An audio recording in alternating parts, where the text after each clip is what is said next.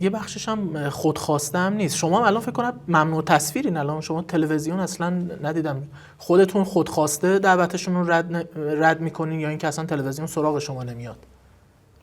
نه دیگه، منم با عزتون یکی دو سه سال پیش بود که لطف داشتن دوستان تو تلویزیون اینا، منم گفتم نه، من با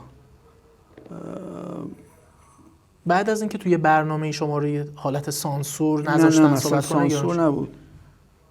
من گفتم که حالا نمیدونم پخش میکنی یا نمیکنی، گفتم سیمای ما ملی نیست، من با سیمای میلی جمهوری اسلامی صحبت نمیکنم. میلیه.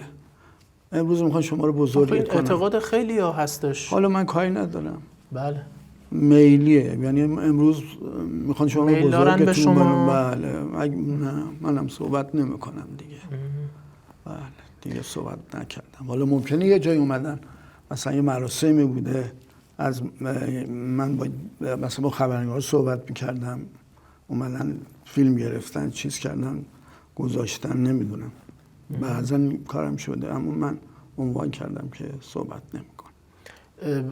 و معتقدین که در تلویزیون همچنان هم بر همون پاش نمیچرخه؟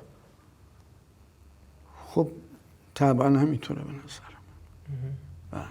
یه خودم بیایم به اتفاقات روزی. 2 تا اشاره داشتین توی حرفاتون، یکی اینکه یک بازی تشریفاتی ملی زمان شما 100,000 نفر آدم کشون توی استادیوم، یکی دیگه هم این که خب ما با شما تجربه 6 گل به کره جنوبی رو داریم. چه اتفاقی برای تیم ملی ما تو این سالها و اکنون افتاده که تعداد تماشاچیاش توی بازی‌های رسمی بسیار قلیله، مردم اون حس سمپاتی و اون حس علاقهشون به تیم ملی رو ندارن یا تو حداقل ممکنه، و از 6 گل به کره رسیدیم به اینجا که از ترکمنستان و هند و کره شمالی گل میخوریم، 3 تا فیفا دی با ضعیف‌ترین تیم‌ها میریم و تو بازی تدارکاتی هم نتیجه نمیگیریم. تیممون هم یه بش آدم در واقع بازیکن 30 خورده ای ساله و به اسم جوانگرایی مثلا یه بازیکن دعوت میشه 5 دقیقه 10 دقیقه بازی میکنه.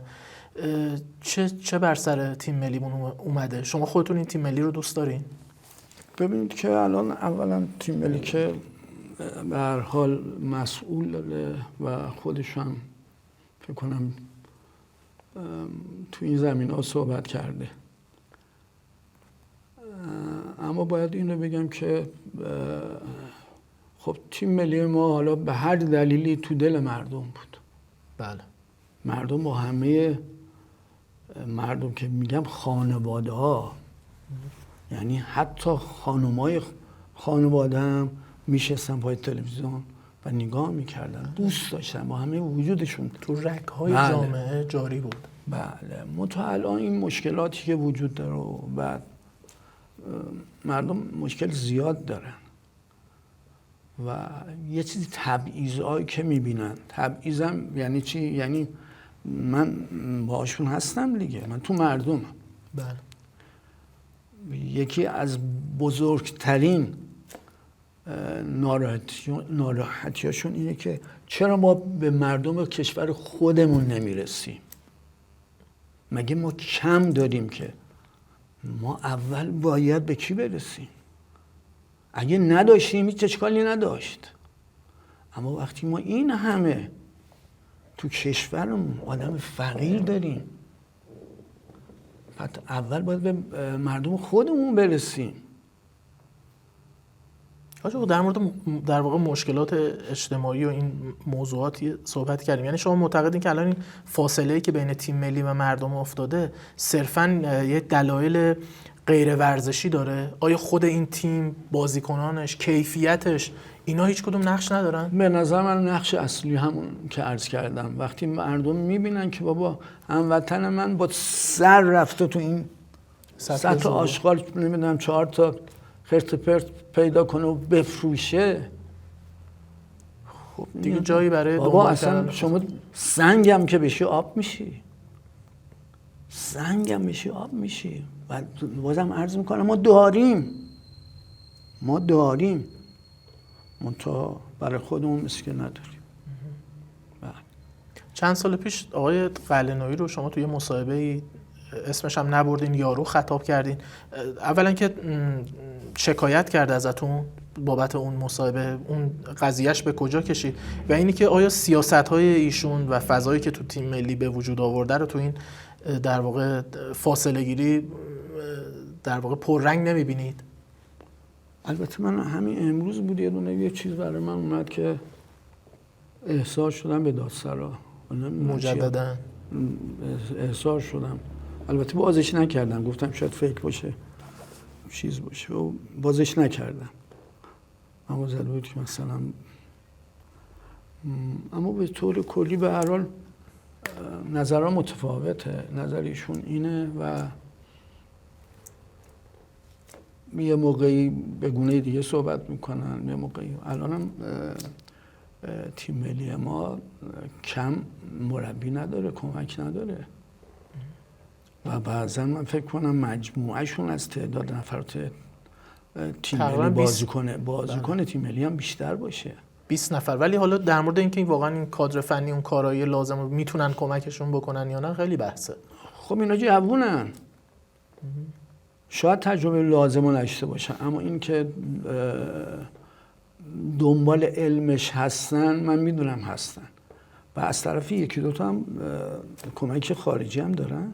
این اواخر تازه یه نفر قراره که نه غیر از اونا که خب خیلی نقش کلیدی ندارن در واقع، بدنساز اونم نمیتونه که نقش کلیدی داشته باشه. مگه میشه شما یکی از بیرون بیاری اون وقت نقش کلیدی بدیم و اون و خودت شما چی کاری؟ اصلا روحیات ایشون برمی‌داره. خداداد یه چیزی تعریف میکرد، میگفت تو جلسه من مخالفت کردم، بعد جلسه بهم گفتن آقا خوشش نمیاد با حرفش مخالفت بکنی. با یک همچین اتمسفر فکری مثلا دستیار خارجی هم بیارید بخواد نظر بده که اعمال نمیشه. خب حالا شاید هم اعمال بشه، شاید هم اعمال نشه، به هر دست خودشه و دیگه من تو این زمینه نمیتونم بیشتر ورود کنم، چون با همه حرفا من بارها گفتم که من دلم میخواد سرمربی تیم ملیم ایرانی باشه. کیفیت فنی شما به عنوان یک کارشناس به این تیم امید دارید برای جام جهانی؟ کیفیت فنی، ببینید یکی از مهمترین فاکتورهای کیفیت فنی تیم ملی انتخاب درست نفرات. متوجه من میشید؟ بله. انتخاب درست نفرات و در کنار هم قرار دادنه. شما الان نمیتونی مثلا به بازیکنی که الان دیگه سالها داره تو باشگاه بازی میکنه یا تو تیم ملی بوده، شما بتونی مثلا حرف جدیدی بزنی. اینا نیاز به هماهنگی داره، از اون طرف مهربون بودن با هم دیگه، از خودگذشتگی برای هم. اینا یه سری فاکتورایی که میتونه تیم ملی ما رو موفق کنه. اگه نه شما بخواید تحکم و توپ و تشر و اینا تیم ملی تو به حرکت واداری، نه دیگه اصلا عصر این چیزا هم گذشته. بله، یعنی شما یقین بدونید که نتیجه معکوس خواهد بود و نتیجه نمیگیرید و با همین حرف من امیدواریم که تیم ما بتونه بازی خوبی تو جام جهانی انجام بده ان شاءالله. من میخوام یکی دو سه تا سوالم در مورد شرایط پرسپولیس با توجه به اینکه بالاخره سابقه شما متعلق به این باشگاه بوده، هم فضای مدیریتی شد در واقع تجربه کردین، هم مربیگری کردین توش.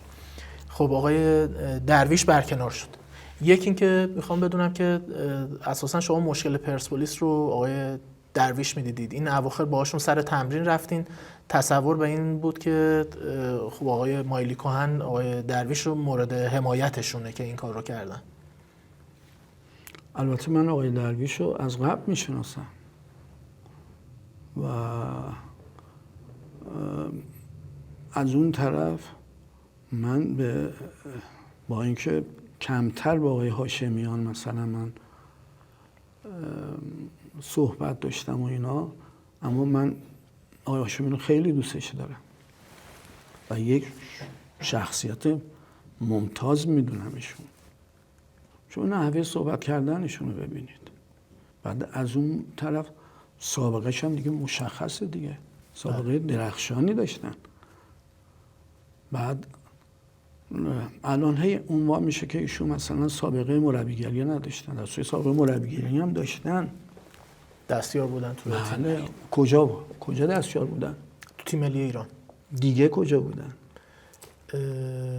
تو باشگاه آلمان هم بودن دیگه. البته خب رده‌های پایین‌تر دیگه. دستیارم و رده بالا هم فکر کنم بودن، حالا شاید من اشتباه کنم، اما به هر حال یه انسانی با این شخصیت و با این فاکتورها آیا مثلا اومده پرسپولیس ببخش اون آقای موسیمانه از کجا آورده بودنش؟ اون که پدیده خاصی بود. اصلا شما ببینید اصلا تیپش به چیز میخورد، به مربیگری میخورد. از این کلاه هم گذاشته بود رفته بود تو این جای دیدنی تهران و این حرفا بیشتر به دیدنی اصلا فروش میخورد. ببینید یا کسای دیگه هم ما داشتیم. حالا چی شده به آقای هاشمیان رسیدیم؟ من به نظر من آقای هاشمیان باید بهش حداقل تا نیم فصل وقت بدن، حداقل. یه اینو قبلا هم گفتم. آره، یه بخشی از مشکل شاید از اونجا شروع شد که ایشون علیرغم اینکه خب مشخص بود که تو چند تا از پست‌ها بازیکن نگرفتن براش و یک مشکلاتی وجود داره، خیلی تمام قد رفت پشت آقای درویش و در واقع تو زمین ایشون بازی کرد. شاید مثلا تصور و خواست هوادار این بود که سرمربی مطالبه گر باشه و اگه ضعف و کاستی داره که تیمش داشت اون رو بیاد اعلام بکنه تا در واقع شاید اینجوری یک وجاهت بیشتری هم برای خودش می‌خرید. ببینید آقای هاشمیان اصولاً کسایی که خارج کشور میرن تو این یعنی مثل من نیستن که بخوان امروزی حرفی بزنن فرداش دیگه. خیلی شفاف و با صداقت صحبت میکنن.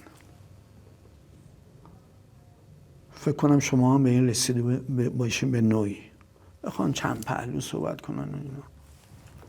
نه، ایشون به هر حال عقیدهش این بود و خودش هم میگفت اونایی که من خواستم گرفتیم. البته خب ممکن بود یه جایی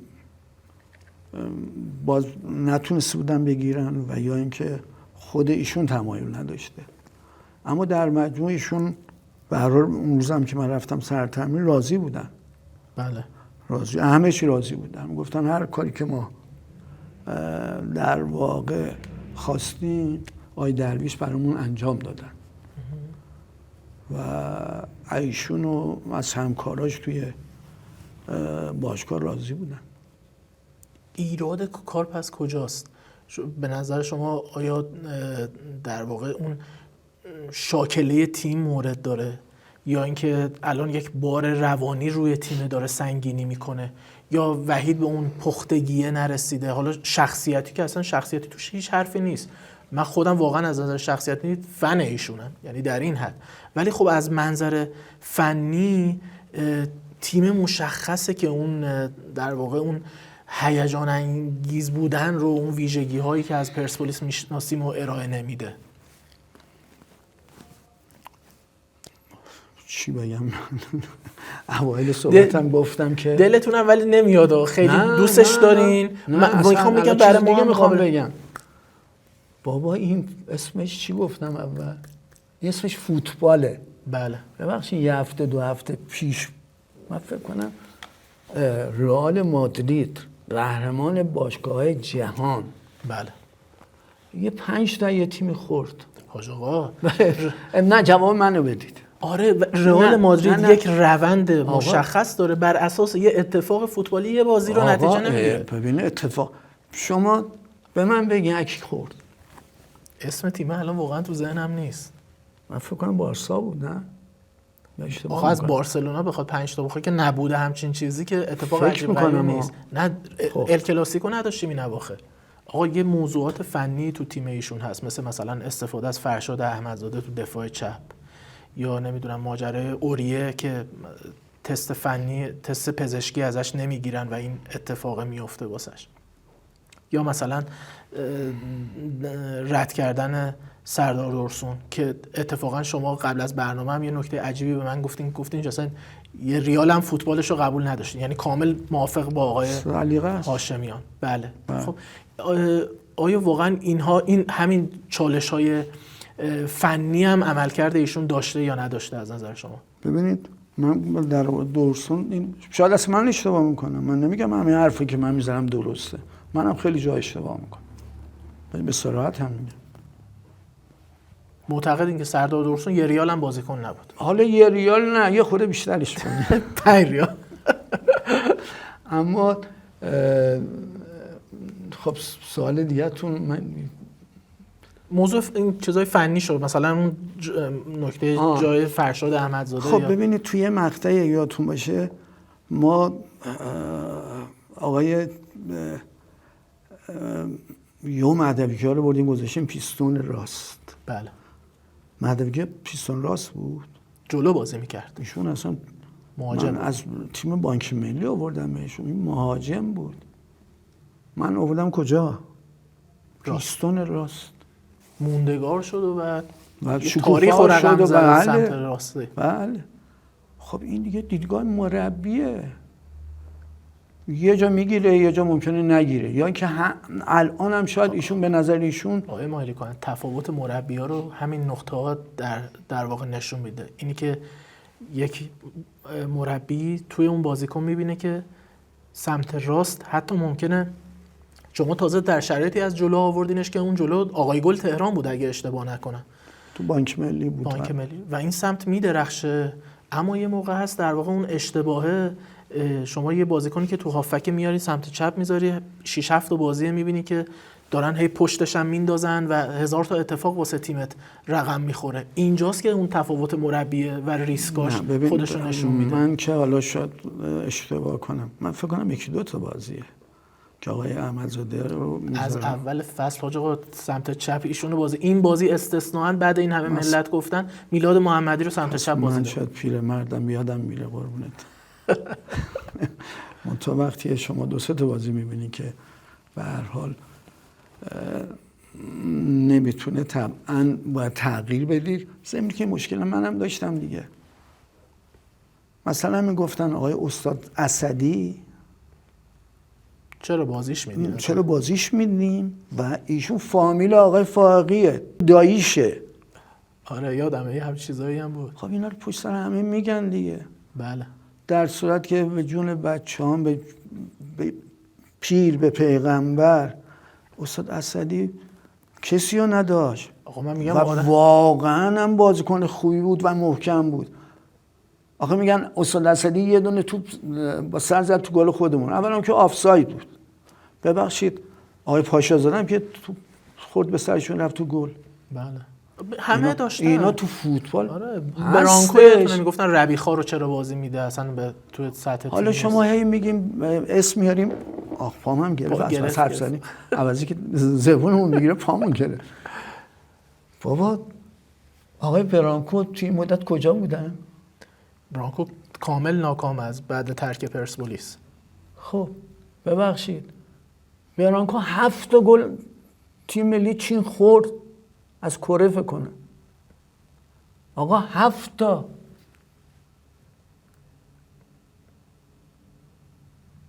بعد هنوزم برانکو نمیدونم الس دید خدایش دستاوردهای اون ولی پرسپولیس کم نبود.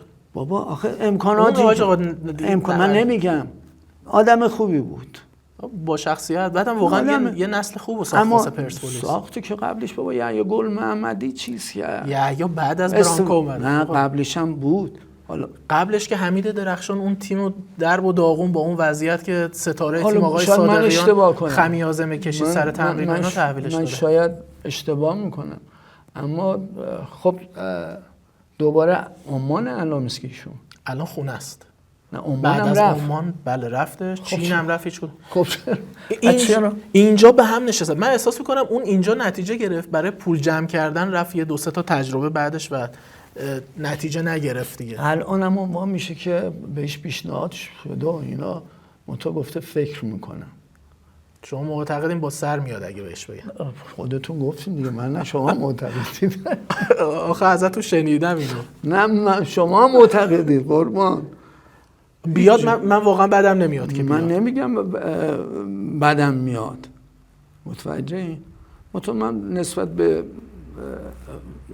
این هنوز یه ذره خارجی ستیزی رو ولی هنوز انگار من داریم. خارجی ستیزی ندارم، یه خود زاویه داریم دیگه. آقا من منتها هموطنم رو بیشتر از خارج دوست دارم. من ولی تیم محبوبم رو بیشتر دوست دارم. اگه من اشارم به پرسپولیس نیست، من میگم اون آدمی که میتونه کار بهتر ارائه بده آدم باید اونو بخواد. بستگی داره که آخه هر کی میاد اینجا رقماش 2-3 برابر میشه. به خدا آقای مایلیکان اون دیگه ایراد از ماست. خیلی خوب، ایراد از اون نیست. شما همین آقایی که الان سرمربی تیم استقلاله، بله ساپینتو، خب ساپینتو مگه نرفت؟ بله. کجا رفت؟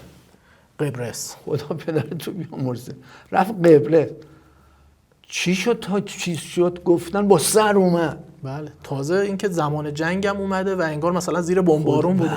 عجیب. یعنی اون موقع میگفتن اصلا کسی جرئت نمیکرد، میگفتن نلی تهران بلافاصله اونجا بمباران میشه. صاف رو سرته. ببینید یه چیزایی وجود داره دیگه. به هر حال در تو آقای درویش هم من که گفتم منتها از اون طرفم کارنامه‌شو نمره قبولی میدین در مجموع. بله بی انصافی اگه ندیم. من خیلی آدم بی انصافی ام پس در مورد آقای نه من جسارت رو نمیکنم خودمو میگم. آره. من خواستم نظرم بگم که به هیچ عنوان نمره قبولی بهشون نمیدم. من نه مجموع سالهایی که حضور داشته رو من دارم میگم. ایشون هم یه قهرمانی آورده تو 3-4 سال. قبل از اون با یه مدیری مثل آقای عرب هم پرسپولیس این قهرمانی رو آورده بود. تو هر بزنگاهی که ایشون انتخاب کرد با عجم نیاورده بود که با عرب آورد. یه خورده دوستتونه آقای درویش، یه خورده نگاه دوستانه هم به نقدتون اضافه کرده. دوست من که آقای درویش مهربونین باهاش. نه آقای درویش به هر حال یکی از همکاران، البته بعد من ایشون اومدن سازمان تربیت یا وزارت ورزشن. بله بودن و من فکر میکنم ایشونو از طریق آقای میرزا آقابک عزیز که قهرمان بسکتبال ما، یکی از خوبای تیم ملی بسکتبال ما بودن، نزدیکان ایشونن و ما مراوده آنچنانی نداشتیم با هم دیگه. شما خیال کنید اصلا موضوع هم خدای نکرده بابت مراوده نیست، ولی یه سمپاتی باهاشون دارید که در واقع نگاهتون مثبته بهش، اینجوری شاید بگم. ببینید همون سمپاتی که شما نسبت به اون بازیکن ترکیه‌ای دارین چیزه قدشون بلنده که رفتن سردار دوران. خب منم ممکنه داشته باشم، این ممکنه، اصلا شکی درش نیست. حالا اون در مورد اون آخه یه چیز فنیه که من واقعا جسارت نمی‌کنم هیچ موقع شما وقتی همچین نظری دارید. نه. من صرفا نظرم گفتم، ولی در مورد آقای درویش من میگم یک روندی رو آدم میتونه توش نگاه کنه که هم آمار هست هم انتخابا هست. میگم که شما انتخاباشو نگاه کنین، هر موقع به چالش انتخاب سرمربی رسید در واقع گزینه‌های دم دستی، مثلا رفت سراغ اسمار، یا اینکه تو فصلی که میتونست با یه انتخاب صحیح کل فصلش رو بیمه کنه رفت یه گاریدو نامی رو انتخاب کرد که کارنامه در سطح پرسپولیس نداره. بعد میاد با اصرار کریم باقری که خودش همه ایران میدونن که تن نمیده به اون پست، حالا به هر دلیلی اصلا خوبه برای اون پسته، میره اونو ورمیداره میاره اونجا میذاره، 40 روز زمانو از دست میده، میره آقای کارتالو میاره، همونو نمیتونه حفظ بکنه، دوباره وحید هاشمیان که نمیدونیم شخصیت عالی، بازم من میگم واقعا پسر خوب، پسر فهمیده، دوست داشتم یه زمانی بیاد که واقعا بدرخشه و ازش استفاده بکنیم، ولی میاره و وحید الان میسوزه اگه خدایی نکرده در واقع توی پرسپولیس نتیجه خوب نگیره و معلوم نیستش که اصلا بتونه دوباره. میخوام بگم که روند رو که نگاه میکنیم، یک این روند میگه که آقا این آدم توی یک زمانهایی که قرار بوده یک تصمیم استراتژیک مناسب برای پرسپولیس بگیره این اتفاق رقم نخورده. خب حالا من اگه بخوام صحبت کنم که من میدونم که شما بچه‌تونم با آقای درویش خوب نمیشه. نه اصلا من به خدا من میگم فقط دارم نظر در واقع خودم و اون 1 میلیون نفر آدمی که رفتن پای پست آخر پرسپولیس کامنت گذاشتن، من از موضع اون 1 میلیون نفر آدم اینو گفتم. من اصلا اعتقاد ندارم به این کامنت و اینا. حالا شاید ما چیزیم دیگه، بالا دست ما دموده ایم دیگه. ما بالا دستیای بانک شهر و اینا فکر کنم مثل شما اعتقادی نداشتن چون هیچ تأثیری نداشت توی نظرشون. یه جایی دیدم، من دیدم که اظهار نظر کردن اتفاقا، مثلا رئیس هیئت مدیره پرسپولیس بود کجا، اصلا ایشون مگه چیزی از فوتبال میدونه؟ همین مدیر عامل بانک شهره. مثل اینکه مگه منو بزنه رئیس بانک شهر، مگه من چیزی از مسائل مالی و بانکی میدونم؟ گفته بودن اگه ما 2 میلیون دلار پول گذاشته ولی دیگه این دفعه باید بگن کدوم بازیکن با تایید ما بخرن. خب البته اون طرف هم بگیم یقینا یه سری مشاورین دارن که فوتبال رو میشناسن، اما تو بین ما فوتبالی ها همینجوری که جای دیگه هم دوستان شیطون وجود داره اونجا هم ممکنه وجود داشته باشه دیگه به هر حال. اما به نظرم هم میگن ما یه چیز داریم، یه شورا داریم یا نمیدونم سندیکا مثلا. نه همین برای تیم‌ها دیگه، تیم‌ها میگم مثلا اتحادیه. نه خود تیم‌ها مثلا باشگاه. بله. میگن مثلا مربی باید بره اونجا صحبت کنه و نظر بگیره و چی میگن؟ هیئت چی میگن؟ هیئت مدیره. هیئت مدیره. بله. آقا مربی بره به هیئت مدیره چی بگه؟ یعنی هیئت مدیره بازخواستش میکنه. اصلا چیزی که البته من شنیدم و اینا پرسیدم، اصلا عکسش اومد وحید رفته بود تو جلسه هیئت مدیره. خب نباید بره. بله. چه میفهمن اونا؟ شما اصلا من پرسیدم که آقا مثلا تو بایر مونیخ آیا هیئت مدیره وجود داره که مربی باید سرمربی بره به اونا گزارش بده، به اونا فقط یه معاون جواب چیز بده، یه مدیر تکنیکال داره؟ اصلا هم چیزی نداره. بله. اینجوری باشه که من بازیکن فقط کافیه مثلا بدونم 2 نفر 3 نفر نفوذ دارن میتونن دخیل باشن تو تصمیم سرمربی، زود تا من نمیذارن یه جوری خودم وصل میکنم به اونا. بله. اینا اینجا وجود داره و من امیدوارم که بعض پرسپولیس بهتر بشه و بهتر خواهد شد. مهمترین دغدغه محمد مایلیکویان تو این روزها برای مردم ایران. من اینا رو همیشه گفتم، الانم میگم و بارها هم گفتم آقا از من گذشت. اولا من دستم تو جیبم میره به لطف خودش، خدا رو شکر. اما من سیب زمینی نیستم، سیب زمینی بیلگ نیستم. مردم مشکل دارن، خیلی هم مشکل دارن. من خواهشم اینه که مسئولین ما نمیخوان برن سیستان بلوچستان رو ببینن، اون که دیگه با مصیبت هاست. بیان، من در خدمتشون خواهم بود، با هم بریم یه خورده همین اطراف تهران رو نگاه کنیم که وضع مردم چطوره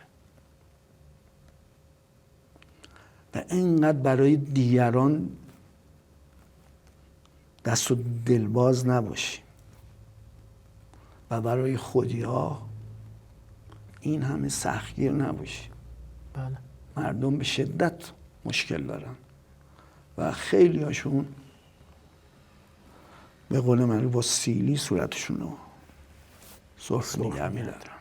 آقای مایلیکویان، امیدوارم از صمیم قلبم که افرادی مثل شما که هم دغدغه‌مند هستن، همین شجاعت رو دارند که این دغدغه‌ها رو به زبونشون بیارن، تکثیر بشه تو جامعه ما و این صداها رو بیشتر بشنویم. فکر میکنم در اون صورت شاید این صحنه‌های تلخ و این تبعیض‌ها رو، این مشکلات رو کمتر ببینیم. خیلی ممنونم که تو این گفتگو شرکت کردید. ممنون از شما. اما شما بازم لطف داشتین به من. نه این شجاعت نیست، این وظیفه، کوچکترین وظیفه انسانی منه اگه انسان باشم.